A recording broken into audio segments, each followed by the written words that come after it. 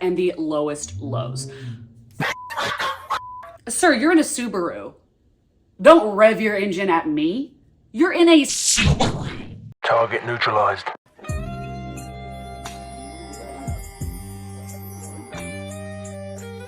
Okay, I am unwittingly channeling my childhood cartoon crush, Shigo. Oh my God, editing me. I am gonna love you. Hey, what's up? Hello, it's Katie Colson here, or should I say Shigo? That's what y'all can all just call me from now on. I'm so serious, like, stop. Okay, welcome to, or welcome back to Shigo's channel. And we are going to be doing the end of year survey book tag, which I've done in years past, and there have been like 18, 20 questions on it. And then when I found the original post, which will be linked down below, of the blog that started this tag, I was blown away because the girl's got like 60 questions. She's not messing around. She is not around, I'm gonna tell you that. So this is not gonna be all of those because some of them get a little repetitive. And I've also added in a couple of my own. So there's about 40 questions on this quiz tag. Not like you didn't already say it in the beginning of the video, Katie. Look alive, sister. So we're gonna be doing that and we're gonna jump right in because again, there are so many questions and so little time. I'm gonna have these questions broken up into categories, the first of which being stats or statistics of my bookish year of 2023, the first of which being how many books did I read in this year. Now, technically, according to the calendar, 2023 is still going. According to the calendar, but according to my brain, my bookish brain, we're done. Wrapped. Spotify wrapped. We are over. I have read 135 books. That is 15 short of the 150 that I had as my Goodreads goal, which I thought I would be upset about. No, I don't care. I read 135 books. Like, that's pretty amazing. Am I better than everyone? And of that, I have question number 2, which is how many rereads did I do this year? And something I did not know about myself that people bring up to me is apparently it's like really weird how much I reread.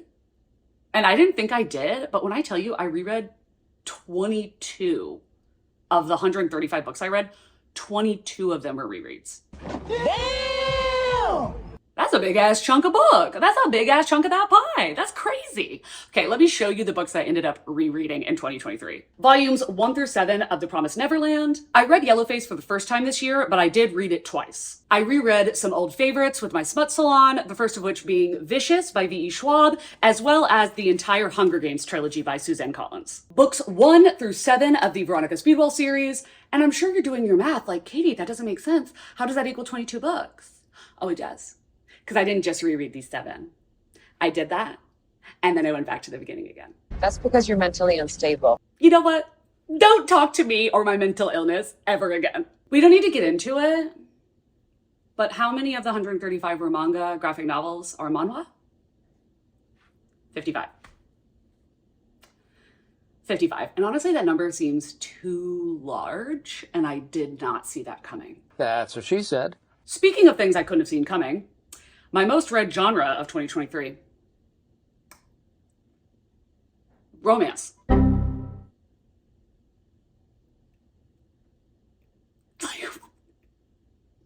What? Okay, well, here's the thing. One of those reasons is because the 11 times that I reread, whatever, the Veronica Speedwell series, which technically is categorized as a mystery, but like also like it's historical fiction, but like also it's a romance.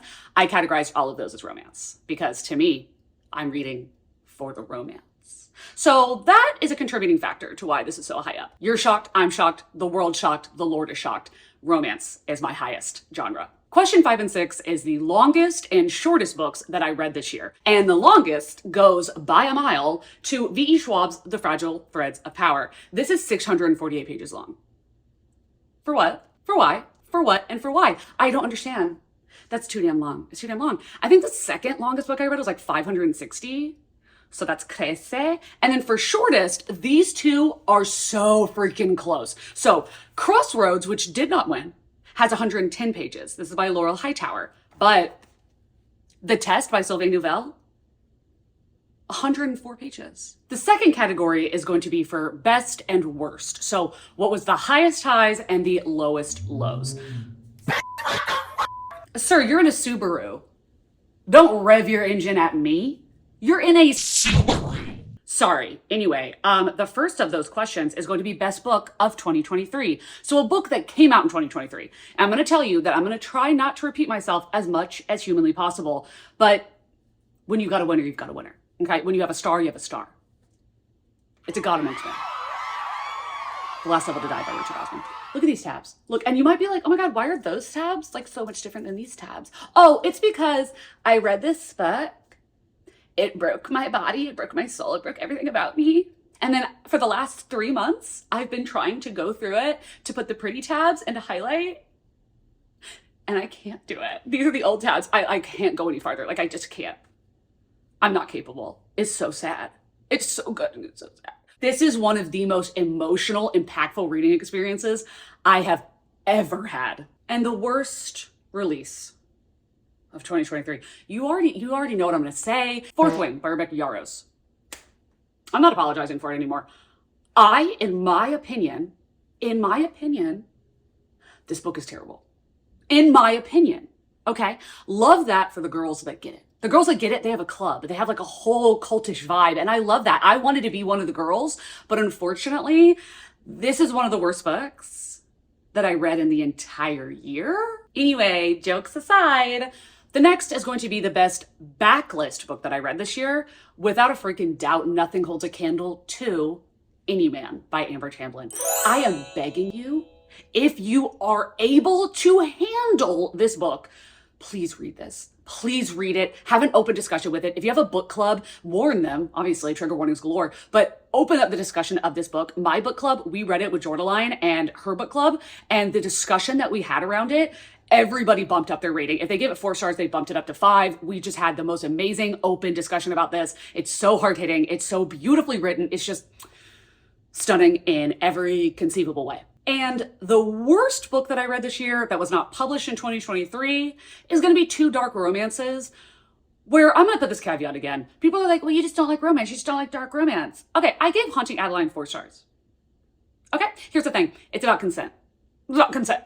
Okay, it can be dark. It can be messed up. They can be cutting each other's body parts off. I literally don't care. But if they're getting it on, they're like, oh my God, that's their kink. I'm here for it. But I'll tell you that Corrupt by Penelope Douglas. No. And I am not the only person that thinks that. A lot of people say that the first 2 books are terrible and the third book's great. You're telling me that you read the first one, didn't like it, and you continued on to book 2 and then to book 3? Erroneous! Erroneous! Erroneous on both counts. I think that that's just like Stockholm Syndrome at that point, you liking the third book. I thought the main character was so lame. And so, okay, I'm sorry, we're not giving reviews. The other book, it only came out last year. There Are No Saints. I have a whole video about this. I have a whole video, like 20 minutes of me ranting about this book. None of these tabs are for good things. I'm going to tell you that. This is one of the worst books I've ever read in my life. Like, I was openly offended by this book. Okay, Katie, calm down. Let's move on. Question 11 is the best debut book that came out this year. And again, hands down, Maeve Fly by C.J. Lead. Look at this cover. Are you not intrigued? Are you not intrigued? So freaking good. And there were a lot of really good debut horror that came out this year. So it was a tough battle, but CJ Lead, she took it home, y'all. She took it home for us. Question 12 is best sequel in a series. And obviously, you know, I'm trying not to repeat things, but The Last Devil to Die. So if I wasn't going to repeat this, I would definitely also say the other 5-star, which was A Sinister Revenge by Deanna Raybourn. I need to reread this because it's the only one in the series I've only read once, which is shocking. But this, at the time, I said it was tied with book 4 for being my favorite. And that's high praise. So 5 stars, best sequels of 2023. For books that lived up to the hype, I'm going to have 2 answers because why? Because I can. Anyway, Chlorine, this is exactly what I thought it would be. It's weird. It's beautifully written. It's short. It's punchy. It's sapphic. It gave what it said it was going to give. And the other one is Brother by Anaya Alborn. I had been putting off reading this for so long, and my brother read it and said he freaking loved it. 5 stars, one of his favorite books of the year. I needed to read it. Oh, I picked it up immediately. I loved it. And now I understand why so many people say that this is like their favorite, like, dark thriller that they've ever read. And I'm gonna tell you right now that I agree. Question number 14 is book that I thought I would love. I was so excited to read it. And not only did it not live up to the hype, I did not enjoy it. It's very unfortunate. Rouge by Mona Awad. They ask you how you are, you just have to say that you're fine when you're not really fine, but you just can't get into it because they would never understand. I don't want to talk about it anymore. I just didn't like it. This one is so hard, and it's favorite author that I discovered this year. And that's difficult because I don't think I would say that if I read one book from an author, that they're a new favorite author. So I'm just gonna say 3 authors that they've only written like one thing, but I have my eyes on them in the future because I'm obsessed. And that again is going to be Chlorine by Jade Song. This is a debut and it's written exquisitely. Absolutely loved this. Also CJ Lead, because she is making a kind of companion novel, I wanna say, or a sequel to this. And honestly, she could write anything. I'm gonna read it. And then I'll also give an honorary mention to Part of Your World by Abby Jimenez, because I read this and yours truly, and I really enjoyed both of them. So I'm definitely gonna be picking up Abby Jimenez in the future, because for me to really, really enjoy a romance and tab it is almost unheard of. So you have to do a lot to get me to do that. So Abby Jimenez is somebody I should clearly have on my radar. Question 16 is one that I added on, and it is an author that I have this year discovered I will not be picking up books from in the future. So that doesn't mean like, oh, I read one book and you know, it wasn't really for me, because there's plenty of those. And another book could come out and I could love it. You know, maybe it was the subject matter, maybe this or that. But sometimes you read a couple books by somebody and you're like, I've got to give up the ghost. Andy Weir. I'm not going to read anything else by this man. I don't like his writing style. I don't like his humor. I don't like his characters. I don't like sci-fi. So I'm going to put him to rest, because I need to stop speaking negatively about books that are so beloved by like basically everyone. For best or favorite cover, these are not technically all books that came out this year, though I think all but a few are. I'm not even going to try to narrow it down, because I can't, okay? We're talking aesthetics. So I'm gonna have it from honorable mention to absolutely best. So the first is Yellowface by R.F. Kuang, and not just the cover, but look at that. Are you kidding me? That's like, this cover is so simple and it's so stunning. It's vibrant. It's beautiful. So love that. And then Murder Your Employer, Volume 1, a McMaster's Guide to Homicide by Rupert Holmes. This is stunning.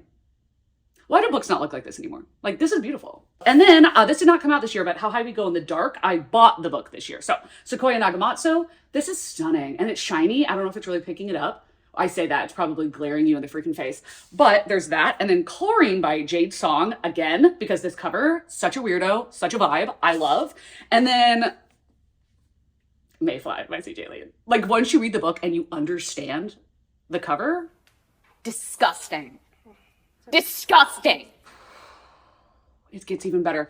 And here's the thing.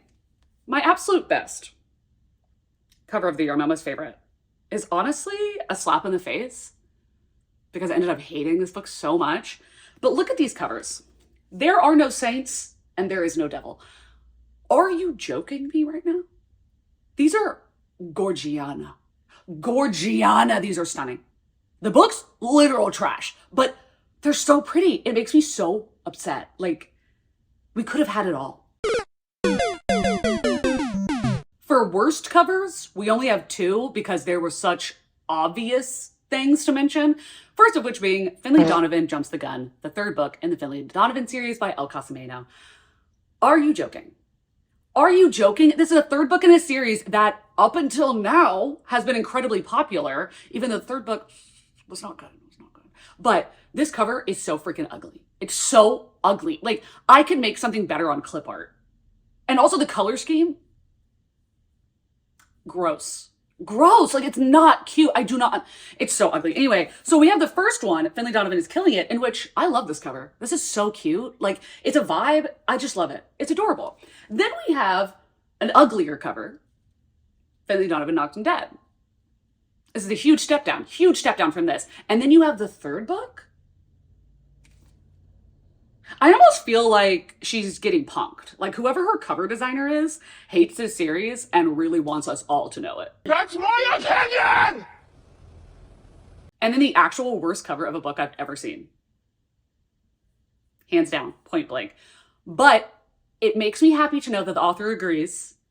Bonnie Garmus, A Lesson in Chemistry.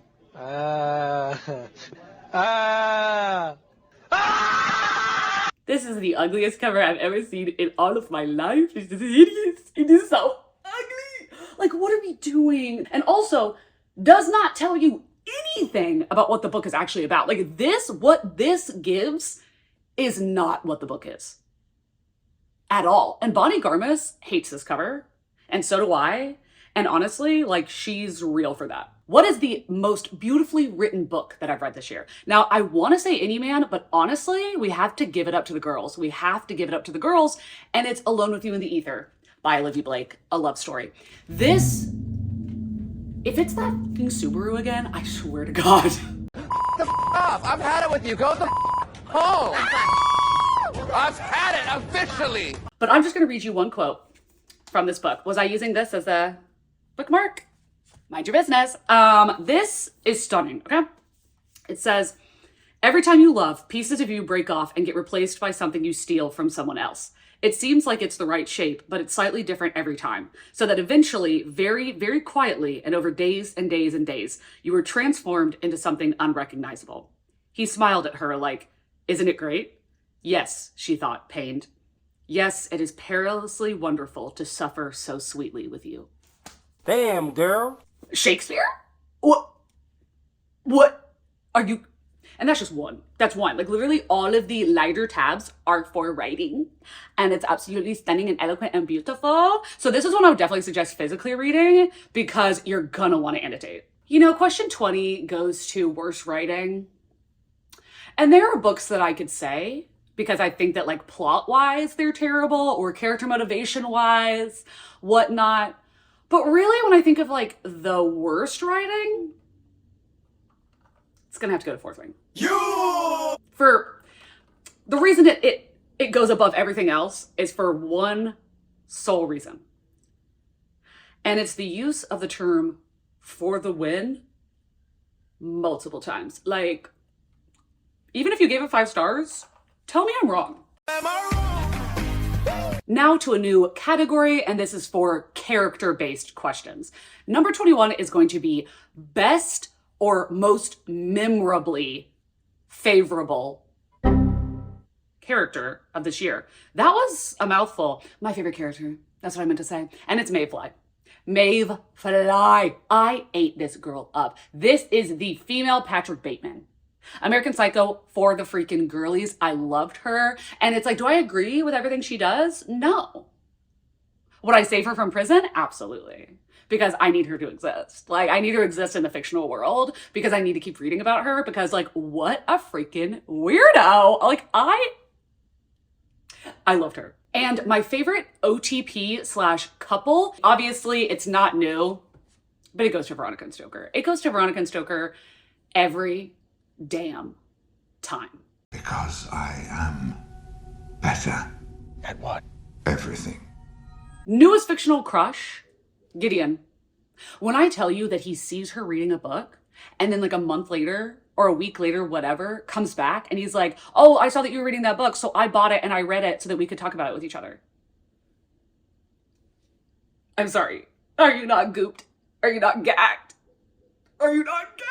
Like, that is the hottest thing I've ever heard. The next category of questions are going to be feelings or like, it made me blank. The first of which being made me the happiest.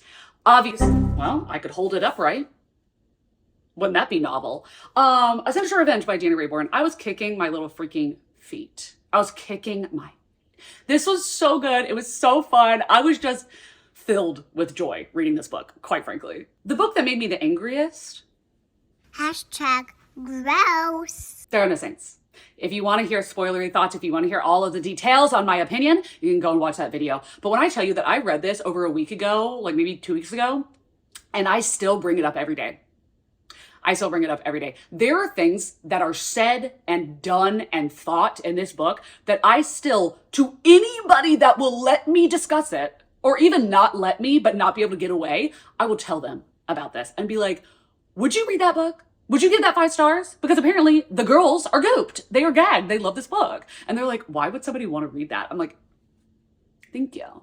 So yeah, filled me with rage. And then the last question for the emotions, the feelings category is the book that is the most unputdownable. Now you might be thinking, isn't it Mayfly? Like you were just saying that. While yes, this book, however, ekes it out, and that is Brother by Anaya Alborn, for the simple fact that when I got to the last 100 pages of this book, I was reading it on ebook. I came and I laid on the ground right there. I laid on the ground of my living room and I had things to do. I'd go to the bank, I had to go get groceries, I had to do all these things. And I laid on the ground because I was like, I cannot leave this apartment until I finish this book. I cannot, and I surely did not. So that to me is the definition of the most unputdownable book of 2023. The next category is going to be Bookstagram, Booktube, just questions about my bookish life in 2023. Now, the first question has the most hilarious answer, and it is the book that I have pushed the most people to read. And I didn't just guess. I went on Instagram and I was like, what would you say this year is a book that I pushed you to read? I thought people were going to say Any Man. I thought people might say Veronica Speedwell, which they did, and I'm very proud of that. People said Mayfly, absolutely. But the clear winner, surprise! Killing Stalking. Killing Stalking by Cookie. I am done apologizing for this. I'm done apologizing for it, okay? If you want to be scarred mentally, you go right ahead. You go right ahead, but I freaking love this. And I can't believe that so many of you have picked this up. Like, I'm truly shocked. I thought you would be like, oh, that's so weird that Katie likes that, but like, you know, she does her, I guess. No. Y'all picked it up. And honestly, I'm worried for you, but mostly I'm proud of you. A book that I read solely based on the influence of one person that recommended something specifically to me is Murder Your Employer by Rupert Holmes. And the person who suggested it was Alyssa Jane on my Patreon, who is my longest running patron and one of my favorite people on the internet ever. And she wanted me to read this so freaking bad. She sent it to me in the mail and was like, please read this. It's like my best book of the year. Oh my God. I got this, didn't know what it was about, and was like, that cover? Oh, you bet your ass. Oh, you bet your ass. I'll be reading that. Thank you.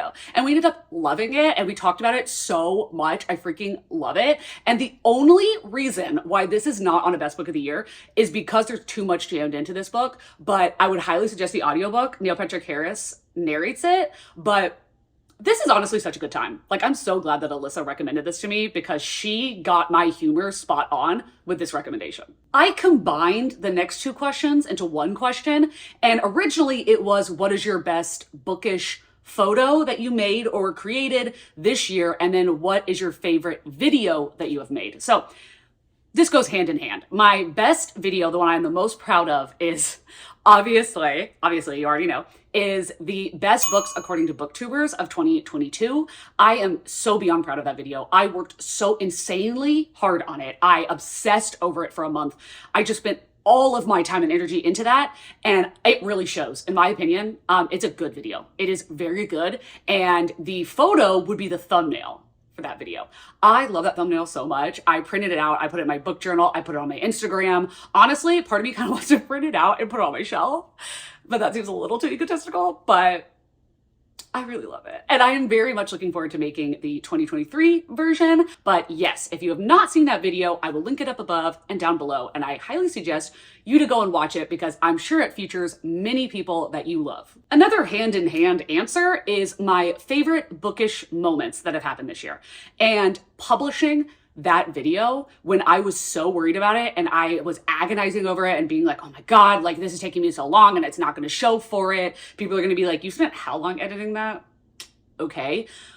When I tell you the response to that video by other creators, by people in the community, by viewers, subscribers, patrons, everybody was just so amazing and so kind and so like, not admirable, but like they were just so generous in their compliments about it. And like, I don't know, every time somebody has mentioned it in a video or commented on it, the comments are just light up my freaking life. And I was like, oh my God, wow. Like I worked really hard on something and people love it. And that just was such a highlight for me. Like I was living on a high for like weeks after that video came out. I was telling everybody about it. I was so excited. And then the other thing I would say is when Mona Awad slid into my DMs to ask me if I wanted a copy of her new book.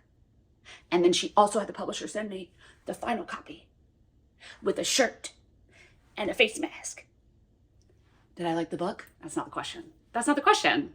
Next, the last category for questions, I know we've been here for a million years, is going to be looking forward to or things that are coming out or that I wished to accomplish in 2024. The first of which is a new release that I'm most looking forward to. Now, I am not really that good at anticipatory releases, like researching it, figuring it out, especially debuts. I do rely on my fellow booktube community to do that for me. And I appreciate it, especially Kayla, because she is always pumping them out and she's always good at it. And both of these, the debut and this, are both things that I heard from her, which I would highly suggest going and watching her 2024 anticipated releases because she did a way better job than I'm going to. But the one that is from an author I've read from before that I'm very excited for is Craig DeLuey's How to Make a Horror Movie and Survive, I believe is what it's called. I love the cover. It's going to be a comedy horror and it's very much giving Grady Hendrix, who I adore. And I really liked Stuff for the Children by Craig DeLuey. So I'm hoping to have similar success with this. But apparently it's about like a really famous 80s horror director who sets out to make the most terrifying horror movie of all time. And he's using a camera, like an old school camera that may or may not, but definitely probably is demonic. And that sounds like a fun time. That sounds like a fun time. Love that. And then the next is going to be Debut, and it is Supplication by, I'm gonna have the name on the screen. I don't want to butcher it. I'm very sorry. This is a debut author, and I know nothing about this author. I was trying to find them online. I didn't deep dive, but I don't know anything other than this book is fairly short, and it says that it is a hallucinatory literary horror about this girl who comes to in a basement tied to a chair with a man looming over her, but one of them has a knife. Him, I don't know. And then her escaping captivity and coming out to this like unnamed nightmarish world that she finds herself in and trying to figure out what's going on. And honestly, you had me at hallucinatory literary horror. The second to last question is the book that I'm looking forward to most. That's a sequel in a series in which I already love. Obviously, it's A Grave Robbery, the 9th book in the Veronica Speedwell series by Deanna Raybourn. Kicking my little freaking feet. I've pre-ordered the audiobook. I've pre-ordered the physical book. The second that they were available, the absolute second, I was there. Didn't have a cover, didn't have a synopsis, published date. I didn't care. Pre-ordered. So yes, obviously, that is what I'm most excited about. The last question is something that I am looking forward to accomplishing in my book life. And what I really want to do is I have this world map on Amazon that I've been eyeing for a long time. And it's black. And then I think when you scratch it off, it's gold and it looks really pretty. And something I wanted to do was kind of have that as like a centerpiece, maybe like over my desk where I work at my desk all day. So I have to see it. And what I want to do is not just in the year of 2024, just slowly chip away at it over the course of my life, basically, but slowly chip away every time I read a book that is set in whatever location, I will scratch off that location on the map. And I kind of want to start from scratch and not count anything that I've read in the past, but I think that would make me more inclined to read more diversely, read more not Western books. And I would love recommendations if you have any, because there are certain places when I was looking it up, like it was really hard for me to find different, what do you call that? The sections, territories, I'm so sorry, of Canada. Like books would say they're in Canada, but it wouldn't say where in Canada. So if you know anything or any websites that I can go to look up stuff like that, I would really highly appreciate it. But that is something that I really want to get started in 2024, because I think it would just be a really beautiful, like visual reminder to not just read white authors and American authors. You know what I'm saying? Okay. Anyway, thank you so freaking much for watching this entire video. If you've gotten to this point, Speaking of what we just said, put the world, like the globe emoji. That would be fun. I need to wrap this up because I have 30 seconds left until these sprints end. Thank you so freaking much. I hope that you are loving my end of year content. If you want to follow me on Goodreads, Instagram, Patreon, any what and where, those are all going to be linked down below. I hope you're all having an amazing day, evening, night, dusk, dawn, whatever it is you're having in whatever part of the world you are currently having it in. And I will see you in a video coming very soon. Bye. The library, darling. Because reading is what? Fundamental.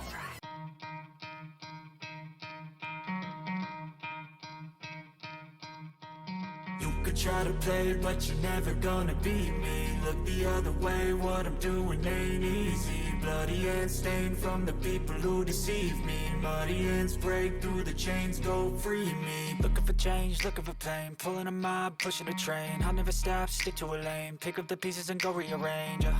I'll be the best above